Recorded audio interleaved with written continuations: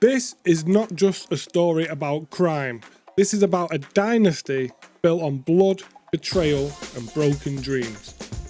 Hey everyone, welcome back to the channel. If you're new here, we do deep dives into all sorts of different games that define their generations. Smash that like button if you've ever been to Lost Heaven, and make sure you subscribe if you like deep dive videos like these ones. Now, drop a comment below and let me know which of the Mafia games are your favourite, and why. Let's see if we can debate that.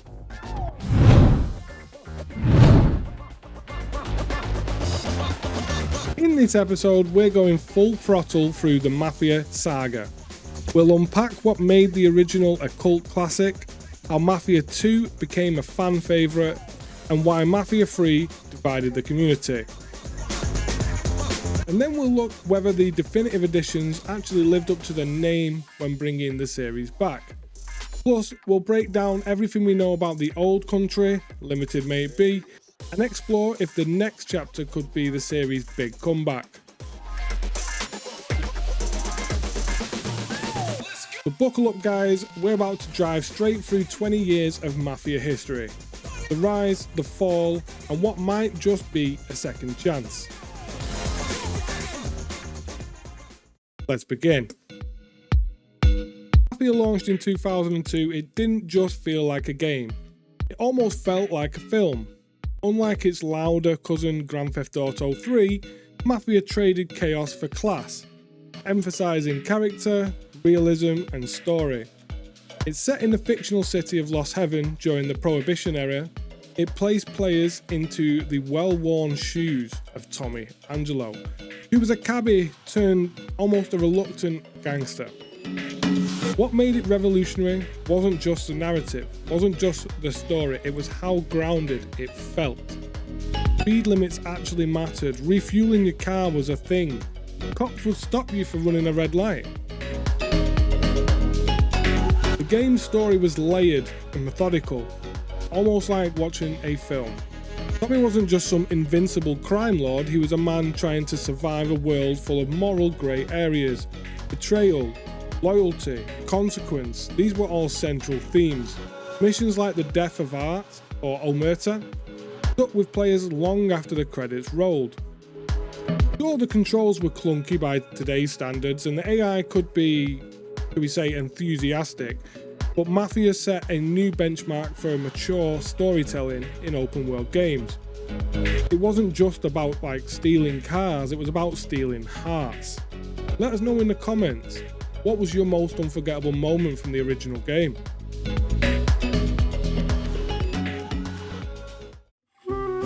Eight years later, 2K returned with Mafia 2. And this time, they actually had ambition in every single thing they worked on. Set in a sprawling post-war city of Empire Bay, the game followed Vito Scaletta, a World War II veteran pulled into the life of crime. Empire Bay, a bit like the original, felt like a living, breathing American city, complete with classic diners, the so-called crooners on the radio, and snow falling over those cobblestone streets. And the atmosphere was immaculate. This was 1950s America done right. Mafia 2 improved on nearly every gameplay mechanic from the original, the gunplay was sharper, the cover system was more refined, and the missions were paced to perfection. But what really elevated it was the relationship between Vito and Joe.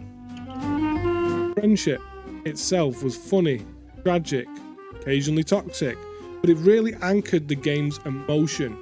Fans still talk about the prison chapter and the moment Vito realises what he sacrificed for his life.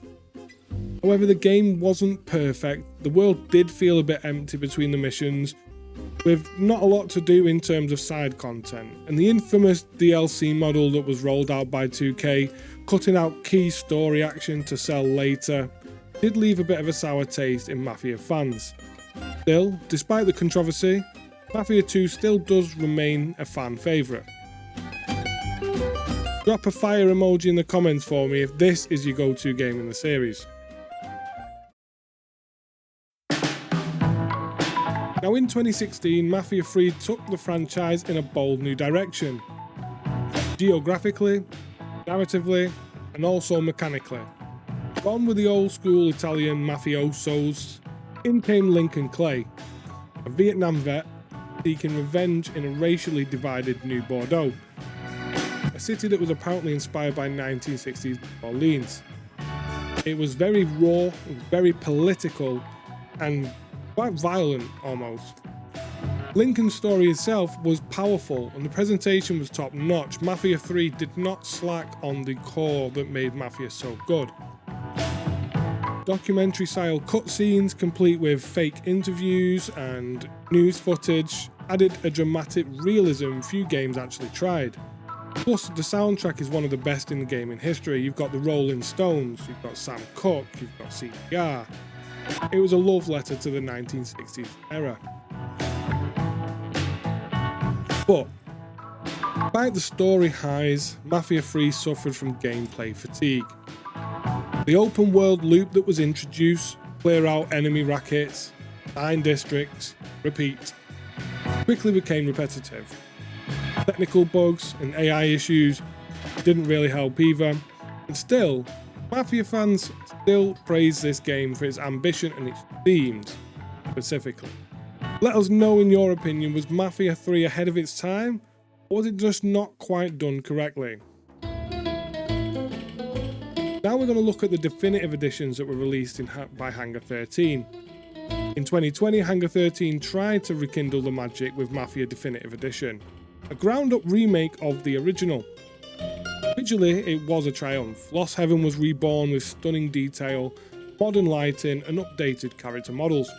Tommy's story was retold with new voice acting and cutscenes that added that polish. For many, this was a definitive way to experience the original tale. You have your quality of life improvements like smoother driving and checkpoint systems that made it more accessible, without losing the heart of the story that made it what it was. It struck a delicate balance. It was faithful, but it was refreshed. Mafia 2 Definitive Edition, on the other hand, was just a remaster. One that launched with its fair share of bugs and performance issues. Even though again the story remained intact, many players felt like the remaster just didn't do enough to elevate the experience.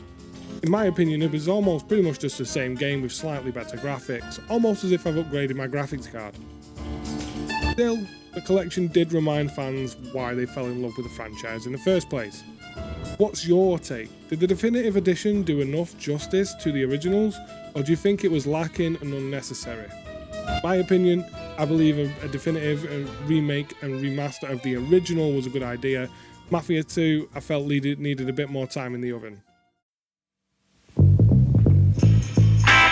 Okay, so now we're looking at what went wrong with Mafia. So what happened? How did the series, once praised for its storytelling and attention to detail, start losing steam? The answer, like any good mob tale, complicated. For starters, development issues plagued the franchise. Studio transitions, leadership changes, crunch timelines, they all affected quality, particularly with Mafia 3 and the Mafia 2 remaster. Then there's the industry shift. Open world games exploded in scale. Titles like Red Dead 2 and The Witcher 3 setting completely new standards.